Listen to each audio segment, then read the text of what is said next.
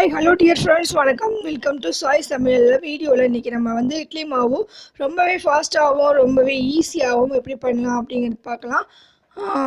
So அதுக்கு முன்னாடி channel subscribe பண்ணிக்கோங்க. பக்கத்தில் உள்ள பெல் பட்டனில் ஆளுங்கிற ஆப்ஷனை கிளிக் பண்ணிக்கோங்க. இப்போ நான் உளுந்து 250 கிராம் எடுத்திருக்கேன். 250 கிராம் உளுந்து நான் 3 மணி நேரம் 2 மணி நேரம் வெளியில் ஊற வச்சுருந்தேன். 1 மணி நேரம் ஃப்ரிட்ஜில் வச்சுருந்தேன். ஸோ ஃப்ரிட்ஜில் வச்சு இந்த அளவில் நான் எடுத்திருக்கேன் ஃபுல்லாக. அது 1/4 கிலோ உளுந்து. இது 1 மணி நேரம் ஃப்ரிட்ஜில் எதுக்கு வைக்கிறோன்னா நம்ம கொஞ்சம் கூலிங்காக இருக்கும்.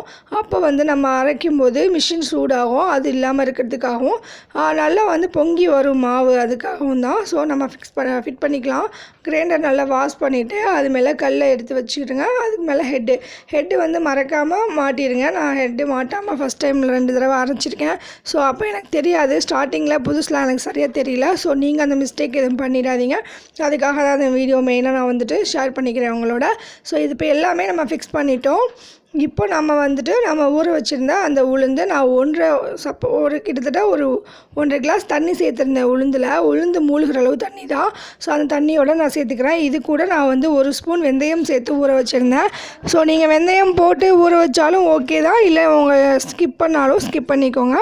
ஸோ நான் வெந்தயம் 1 ஸ்பூன் போட்டிருந்தேன்.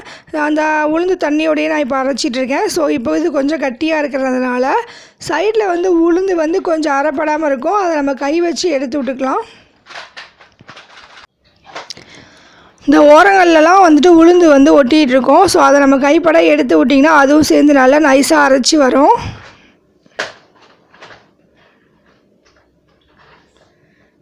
நீங்கள் கை வச்சு பார்க்கும் போதே உங்களுக்கு தெரியும் உளுந்து ரொம்ப கட்டியாக இருக்கா, இல்லைனா நல்லா இது நார்மலாக இருக்கா அப்படின்னு. கட்டியாக இருக்கிற மாதிரி இருந்தால் கொஞ்சமாக தண்ணி சேர்த்துக்கலாம்.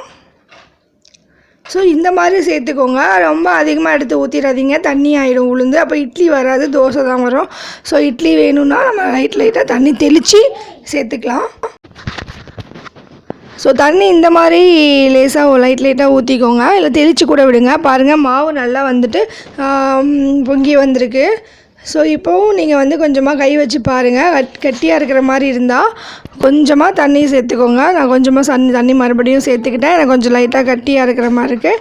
ஸோ அரைக்கவும் ரொம்பவே அந்த கல் கஷ்டப்படாமல் ஈஸியாகவும் அரைக்கும். ஸோ இப்போ எனக்கு முழுசாக உளுந்து அரைஞ்சிச்சு. ஸோ இப்போ இதை செக் பண்ணுறதுக்கு நான் கொஞ்சமாக அப்படி கையில் எடுத்து போடும்போது ஒரு மாதிரி பால் மாதிரி விழுகும்.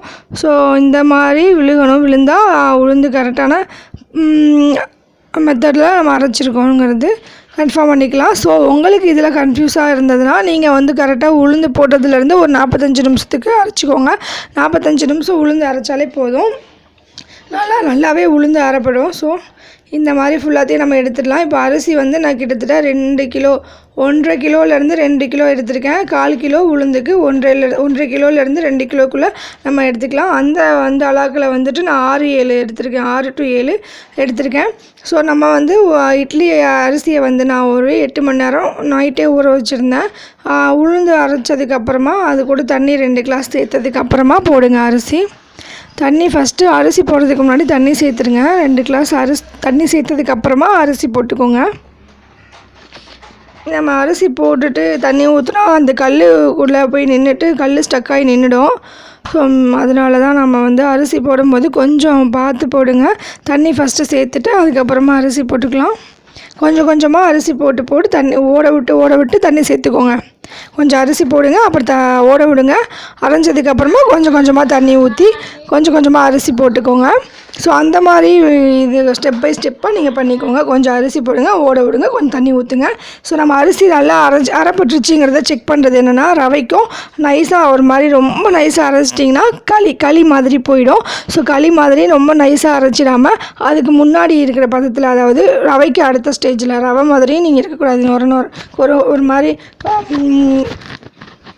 ரவை இருக்கும் பார்த்திங்களா, அந்த மாதிரி கொஞ்சம் குறன்னு இல்லாமல் கொஞ்சம் அதுக்கு அடுத்த ஸ்டேஜில் நீங்கள் அரைச்சி எடுத்துக்கோங்க. இப்போ நம்ம உளுந்து கூட அரிசியும் சேர்த்து மிக்ஸ் பண்ணியாச்சு.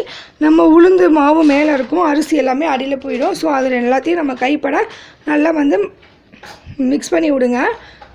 சால்ட்டு நான் சேர்த்துக்கிட்டேன். நீங்கள் சால்ட்டு உங்களுக்கு வேணாம் அப்படின்னாலும் நீங்கள் ஸ்கிப் பண்ணிக்கோங்க. அதுக்கப்புறம் நீங்கள் தோசையோ இட்லியோ ஊற்றும் போது கூட நீங்கள் சால்ட் எடுத்து நீங்கள் சேர்த்துட்டு நீங்கள் இது பண்ணி ஊற்றிக்கோங்க.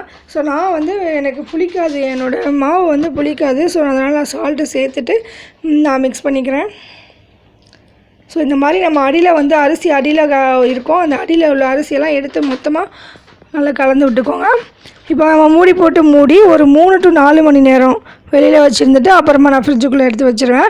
நீங்கள் ரொம்ப நேரம் வெளியில் வச்சுட்டிங்கன்னா புளிச்சு போய்டும் ரொம்ப. அதனால் ஒரு 3 or 4 days வச்சு சாப்பிட முடியாது, கொஞ்சம் புளிக்கிற மாதிரி இருக்கும் இட்லி தோசைலாம். ஸோ அதனால் 3 மணி நேரத்துக்கு மேலே வெளியே வைக்காதீங்க, 4 மணி நேரம் அதுக்குள்ளே எடுத்து ஃப்ரிட்ஜில் வச்சுருங்க. நான் இப்போ அடுத்த நாள் எடுத்து நான் இட்லி ஊற்றுறேன். இட்லி எவ்வளோ சாஃப்டாக வெந்திருக்குன்னு நீங்களே பாருங்கள்.